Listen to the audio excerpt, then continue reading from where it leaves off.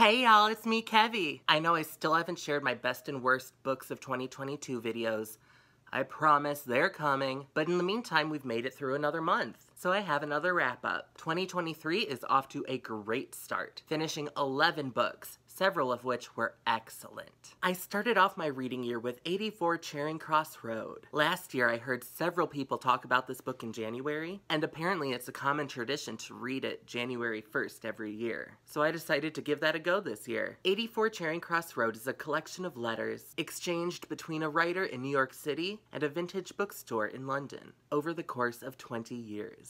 At first, it's just a professional correspondence, a woman wanting to buy hard-to-find books, but over the years, she becomes involved in the lives and families of these booksellers. It's such a beautiful book. Oh my gosh. I'm so glad that the author saved all these letters so that they could be compiled into a book. It feels so cozy, but at the same time, it moved me to tears. It also had a few surprisingly political statements, criticizing landlords and supporting universal health care. In a book that seems to be so widely beloved across the board, I didn't expect such controversial statements.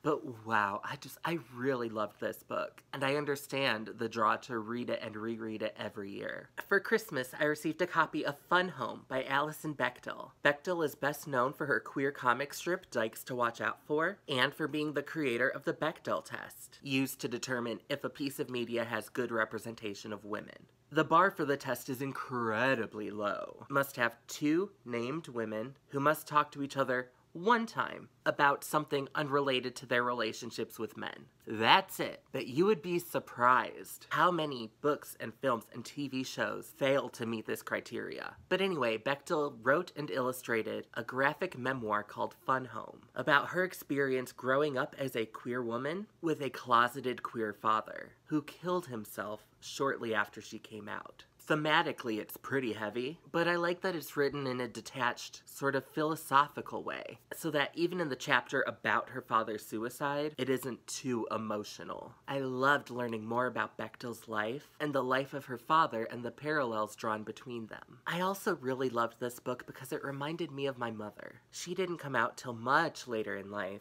but we all had our suspicions.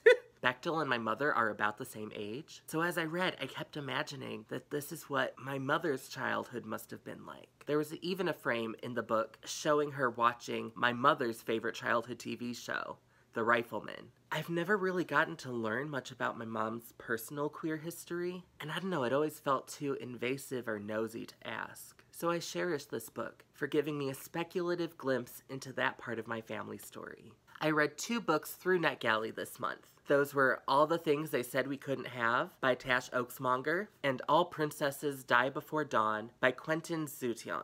Also for my birthday, I received a copy of Recitatif, the only short story Toni Morrison ever wrote. It's described as an experiment in the removal of all racial codes from a narrative about 2 characters of different races for whom racial identity is crucial. This story really challenges you as a reader, making you face your racial biases. The introduction did a really good job of explaining that, how because you know one's black and one's white, but you don't know which is which, you keep looking for hints or clues in the text, but there are none. So it's easy to fall into questioning which of these behaviors or manners of speaking seems more black-coded or white-coded, which is really fucked up. So I think Morrison did an impeccable job of writing this story in a way that challenges readers to pick up on and check those thoughts and biases. It's a really short read, but like all of Morrison's work, packs quite a punch, and I would highly recommend it to anybody. I was reading the intro to Recitatif when she mentions that along with that story, which I was about to read, and The Lottery, which I've already read, the one American short story that all students need to read is Bartleby the Scrivener by Herman Melville. I'd never heard of Bartleby, so I immediately went out to read it. This story is a perfect example of why people think they hate classics.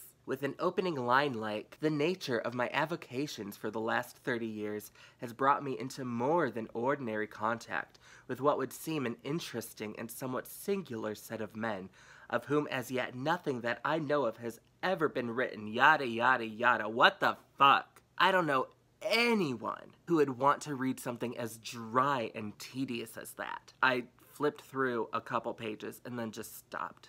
I couldn't do it. I've read one story by Stephen Graham Jones before, Night of the Mannequin, and I absolutely hated it. The story was fine, but what irritated me was that before each victim, the narrator shared the exact same thoughts over and over and over. I'm like, yes, we get it. This is your motivation for what you're doing. You don't need to keep reminding me. Like, I'm capable of remembering what happened 10 pages ago. After that, I didn't pick up any more of his work until The Clown Brigade popped up on Scribd. Since it was only an hour long, I thought I'd give it a listen, and it'd be a great opportunity to give Jones another chance. Unfortunately, yet again, I really did not like it. I understand the point he's trying to make, that toxic men are clowns, but being told from the perspective of that toxic man made it very hard to read. The character's been doing this online spin cycle class and has convinced himself that the instructor is his girlfriend and behaves more and more inappropriately towards her. I feel like we really don't need any more stories from this point of view. Yes, toxic and dangerous men exist, and so of course they should still be written about whatever, but they don't need to be the star. There's been enough of that. I really tried to read this one with an open mind because I'm aware that a lot of white readers don't appreciate horror written by Indigenous authors, and I don't want to be one of those people, but I guess I'm 0 for 2 at this point. I've since made an effort to try to find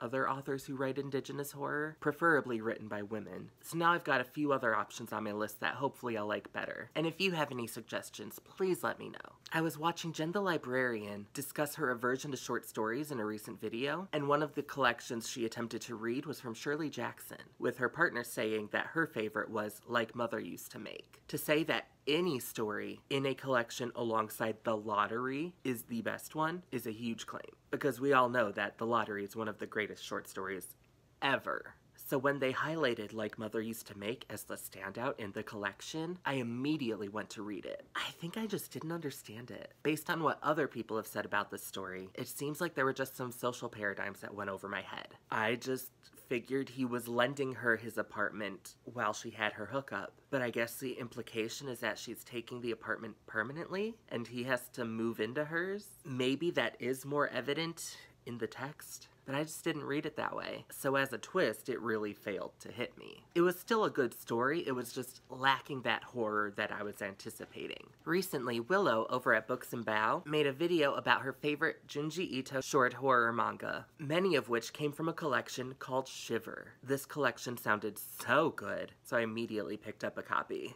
This collection was haunting, with so many truly horrifying stories. My favorite was Balloon Heads, where these giant balloons are seen floating in the sky, each one resembling a different living person, and each with a noose hanging from it. Oh, it was so dark and twisted. Also, the art in this collection is just superb. I mean, just look at this. Doesn't that give you chills?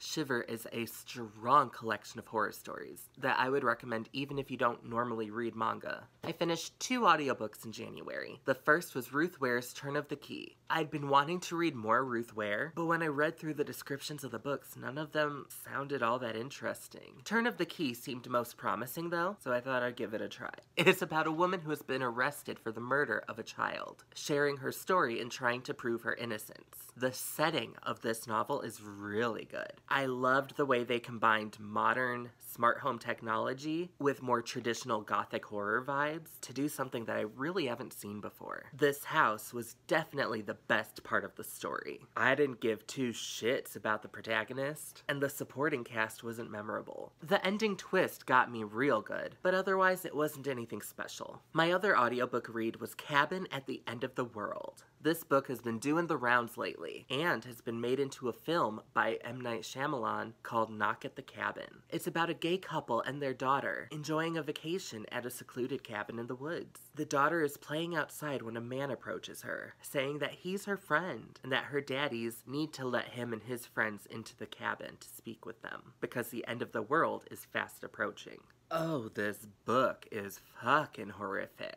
I legit almost DNF'd it at one point because the fear was too much for me. I was really rooting for this girl and her parents, and I was so worried that something was going to happen to them. This book really goes into the cult mindset and how far people will go based on faith alone. As much as I loved the book, I didn't care for the audiobook narrator. She wasn't very good at doing male voices, and most of the speaking characters were men. She made all of them sound the same, and they were all equally goofy. Despite that, I really enjoyed my time listening to Cabin at the End of the World, and I cannot wait to see the movie when it comes out. So there you have all 11 books I read in January. Have you read any of these before? Are you going to now? Also, what are you planning to read for Blackathon? Let me know in the comments below. Thank you all so much for watching. Don't forget to like and subscribe.